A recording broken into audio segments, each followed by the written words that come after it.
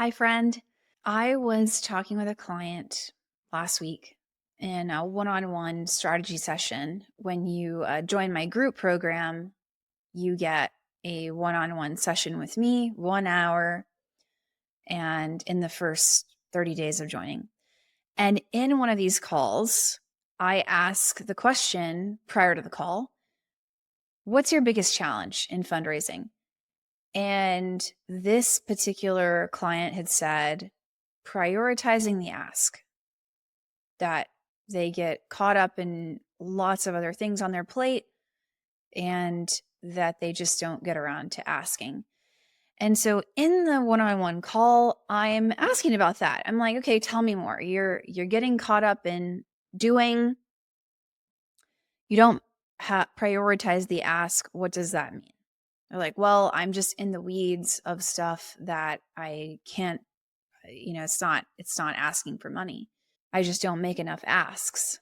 And I said, okay, well, how many asks do you make? How many did you make last month, for example, right? And she's like, well, I don't know. I don't, I don't know. And I'm like, okay, so how do you know you're not making enough asks? What is that based on? Like, do you never ask? So it's really like zero, right? It's like, well, if I don't ever do it, then it's zero. She's like, well, it's not zero. I'm like, okay, so you don't actually know how many times you've asked someone for a donation straight up. So you don't actually know, like, what is your goal? Like, how many asks are you trying to make? Like, you don't know that? It's like what we do, what so many nonprofits do, is we set ambitious goals. No surprise there. You set an ambitious goal. Everybody, people who are good at this, people who are not good at this, set ambitious goals. Not really anything special about that. The difference is that, are you tracking the daily things that are going to lead you to hitting your goals? These are called key performance indicators, KPIs, and what you track incentivizes how you spend your time. What you track shows me what you really value. If all you're doing is tracking how much money you raise, while that's important, obviously, it's a lagging indicator, right? So if I know how much money I raised, then I don't really understand the effort. What are the outputs? What are the things that I did to get there? So when my clients work with me and when they go through Courage Lab 2.0, we determine which KPIs they need to be tracking based on their goals. Do you have an ambitious goal for growing fundraising, growing revenue from individuals, individual giving? If that's a top priority for you, then there are specific KPIs you should be tracking daily. And the reason I say daily is you don't need to wait at the end of the quarter or every 6 months, or what a lot of us do, the end of the year, to evaluate how we spent our time. Where are we spending our time? Did we hit the goal? Are we on track? Are we off track? How do we know? And again, only tracking how much money we've already raised doesn't give me enough information to make changes before it's too late. Like, it's the end of the fiscal year. Did I hit the goal? Did I not? Well, I can't do nothing about it now. It's done and gone. Right? It's like, okay, well, yeah. Okay. So maybe in the next 12 months, then I can reevaluate. if what you're tracking on a daily basis, how you're spending your time on a daily basis will help you shift the very next day. What a concept, right? This was novel for me. I was tracking the number of meetings that I was booking and how many meetings I needed to get. And I was tracking the money that I raised, but I wasn't tracking asks. I wasn't tracking how much I was asking for. I wasn't tracking projections. These things are outputs. And if you don't know how to set output goals, and if you don't know how to set, they're called KPI goals, key performance indicators. These are the indicators that allow me to know what are the things I need to be doing that will make it more likely to hit my goals. That's what it is. And it's amazing to me. I meet executive directors, heads of development departments, VPs of development, and they don't know what their team is asking for. We get halfway through the fiscal year and they have no idea the number, the dollar amount of outstanding proposals, of outstanding asks that have already been made. All they can tell me is what they've already raised and what they project to raise for the end of the year. How much money have you actually asked for? If you sense that you're not asking for enough, I would be curious to find out what you think is not enough. What's that number? If you think that you're not making enough asks, what are you actually asking for? Do you ask once a month? So now you know 12 asks a year is not enough. Or is it? Is all you need to do 12 asks a year and you hit your goal every time? Okay, great. If you're looking to raise more money in the coming fiscal year, then it stands to reason you would need to make more than 12 asks. Or you would need to increase the amount you are asking for. So what you track shows me what your priorities are, and it allows you to shift immediately based on what you track on a daily basis. It also reinforces habits and accountability with yourself. And then, of course, my clients share their results with one another and with their teams. Executive directors, development directors share with each other, hey, this is where I'm tracking. This is how this is going.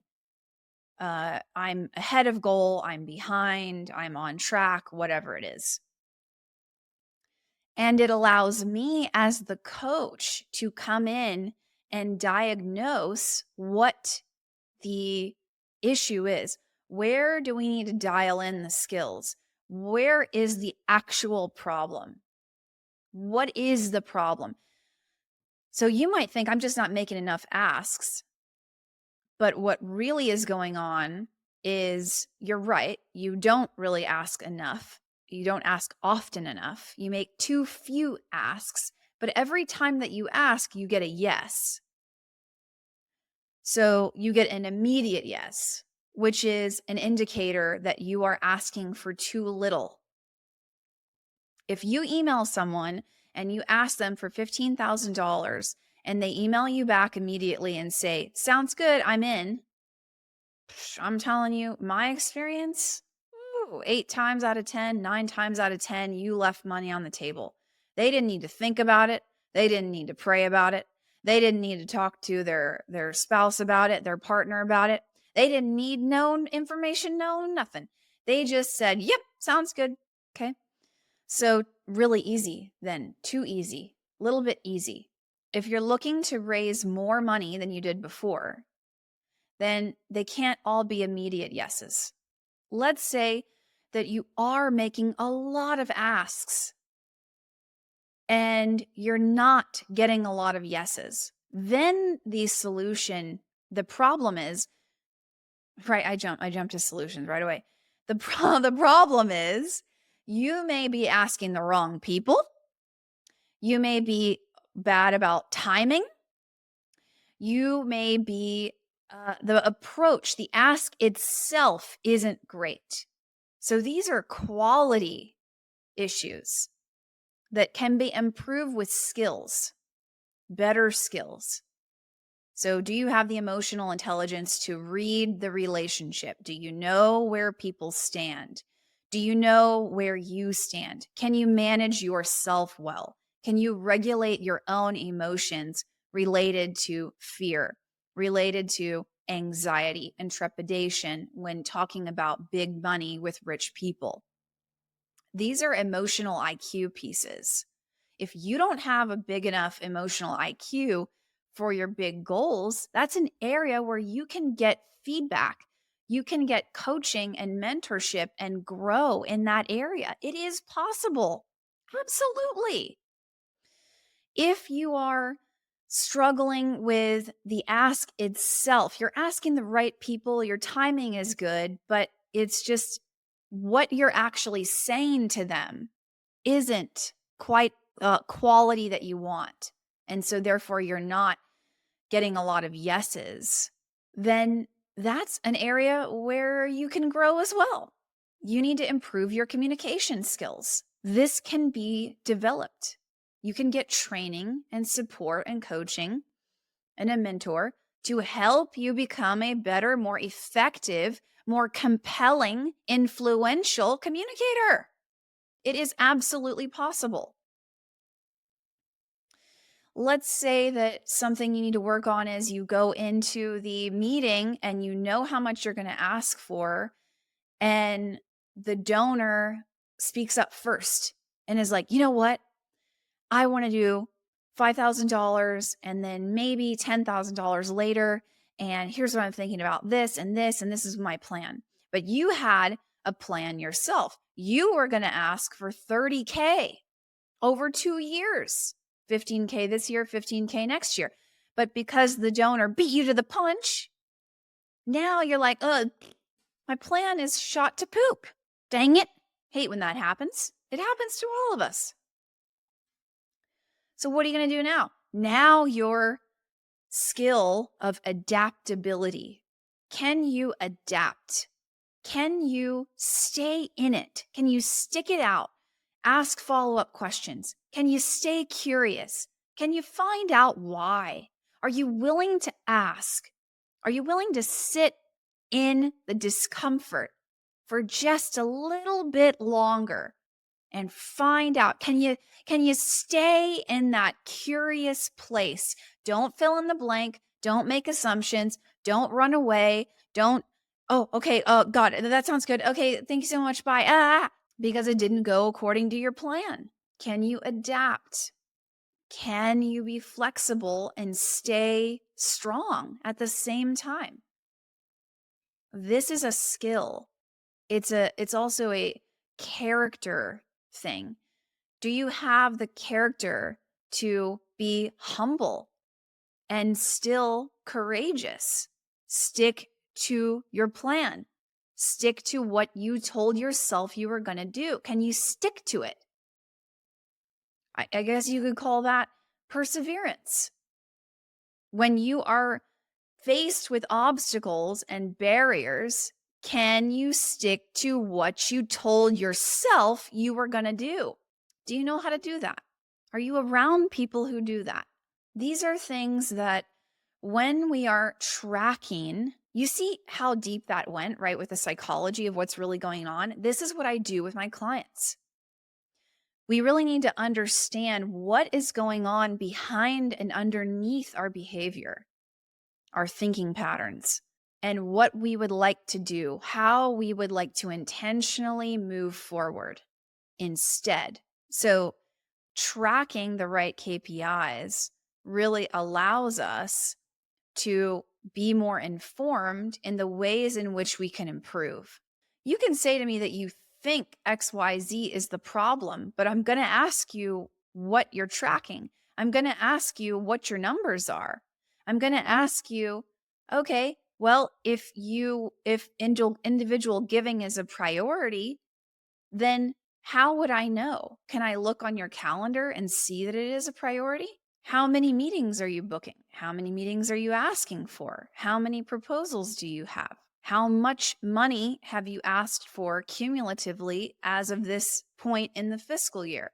If you haven't asked for anything, individual giving is not a priority for you. So, what you track shows me what you value, and it also reinforces your priorities, what you track.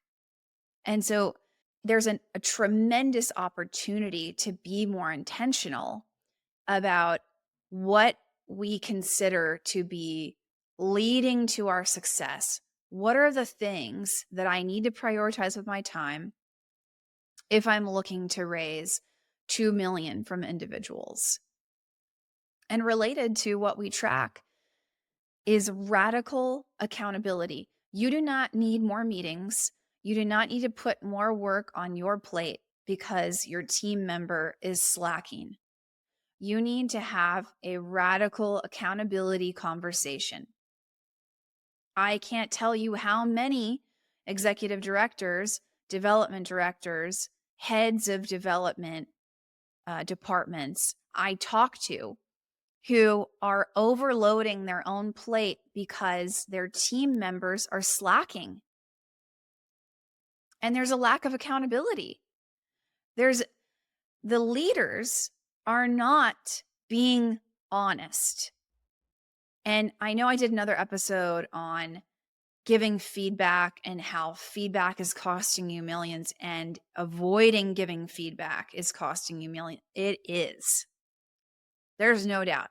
What we need in our sector as a whole is accountability with ourselves. And when you track the right KPIs for your goals, it's a way to hold yourself accountable. It's a way to look at your progress or lack of it on a daily basis. And it's a way for your team to look at their own results on a daily basis. And the numbers don't lie. Either you're doing what you need to do to build relationships or you aren't. And if you aren't, then there's an opportunity as a leader, as a manager to say, hey, what is getting in the way of you prioritizing this? What's stopping you? And let me help to move that out of the way. Let me help to eliminate these barriers. That's your role as a manager and a leader. If you don't know what your team is doing with their time and you're not tracking these things, it's going to be harder to hold them accountable because there's a lack of clarity, there's a lack of clear expectations, and it's not measurable, right? If it's just like, hey, here's the big goal, we want to raise $2 million, go get it, go get the big $2 million. Have fun, I'll see you later, let me know if you need help. Yikes. When do we hold people accountable? When it's 9 months into the fiscal year and they've only raised $600,000 and the goal is 2 million, then we're kind of like, hey, what's the problem? Or we're halfway through the fiscal year and we're behind. We're like, hey, what's going on? Yikes. Too late. Can't turn back time, can we? We need radical accountability, and people are grown-ass adults. They can handle it. They can handle your honesty. They can handle, hey, this area, you missed the mark here. This is what good looks like. These are our standards. This is the expectation. And you can adjust and change things as you go, as you learn more about what it takes to raise $2 million, what it takes to raise 10 million, 15, 20, whatever your goal is. But waiting until you're at the end of the quarter even is so late. It's like that's 3 months gone. And we don't have the advantage of, whatever you lost in 6 months or 3 months, can you really honestly make it up in the upcoming 6 months? We need to be able to hold ourselves accountable to say, okay, I am going to connect with 2 people a day. And I know that if I do that, current donors, new donors, people who gave in the past, whatever bucket you want to put, for that group of people you want to connect with, if you prioritize that, if you're doing that, you're going to be more likely to hit your goal. It's going to be tough to fit in 3 months worth of people in the upcoming 6 months because you weren't on track. You didn't actually do that. You didn't actually prioritize connecting with people on a daily basis. And now all of a sudden, you're behind in your goal, you're stressed, you got less time, and you got to do more. This whole thing sucks, and around we go. It needs to end. It needs to end. We need radical accountability with ourselves. And this is a big reason why I see so many nonprofit leaders who lack confidence. I'm like, stop undermining yourself. Commit to do something and keep the promise to yourself and track it. Then you're going to have to look at that tracker every day. And you're like, okay, I did good here. I missed the mark here. I did good there. This was just okay. This is my room for improvement today. Imagine how much more confident you would feel if you kept your word to yourself. It's the number one thing that builds confidence. You keep your promises. And some of you are picking up the slack for other people because you lack accountability in your team. And then you're breaking promises to yourself because you can't get everything done. You can't do 5 jobs. It's unreasonable. You wouldn't ask anybody else to do it. So you can't do your own job well because you're picking up the slack for other people. It's time to face facts. We got to have some radical accountability conversations with people. Hey, this is where you need to improve, and you need to do it now. And you will raise more money faster. You will go from feeling like you're an A player that's getting B or C results to actually having success habits here. We need to be able to get real with ourselves. Like, what are you actually doing? And do you know? Do you know how infrequently you ask for money? Do you see how little money you ask for and you expect miracles every quarter? You expect God to deliver you checks in the mail. And the troubling thing about that is he does.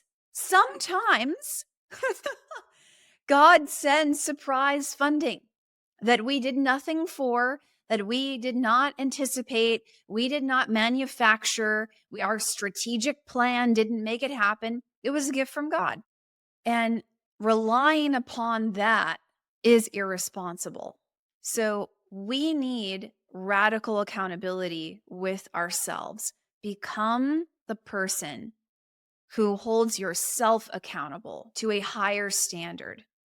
This doesn't mean put more on your plate. It means to actually focus on the things that matter most. And if you need help figuring out what is that, how do I know? And what are the best KPIs based on our strategy, based on how we want to raise money and what our goals are? I can help you with that.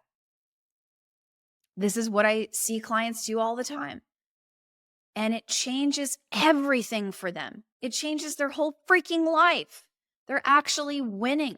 They're raising more money. They stop giving into fear. They stop putting stuff off till the last minute. They feel like they're winning at the end of every single day, even if they didn't raise a 10K gift that very day. They did things to move everything forward so that tomorrow and the next day, they will be more likely to get a yes to the 10K gift. You got to start tracking the right stuff, and you got to practice radical accountability. If you don't know how to do that, then let's work together. I can help you. But you need accountability, and you need to be able to track what's working. You need to understand success. It's not all luck. It's not random one-offs. You need to know what it actually takes by tracking your daily KPIs. That's going to be a total game changer for you. I hope that this was encouraging and helpful. See you next time.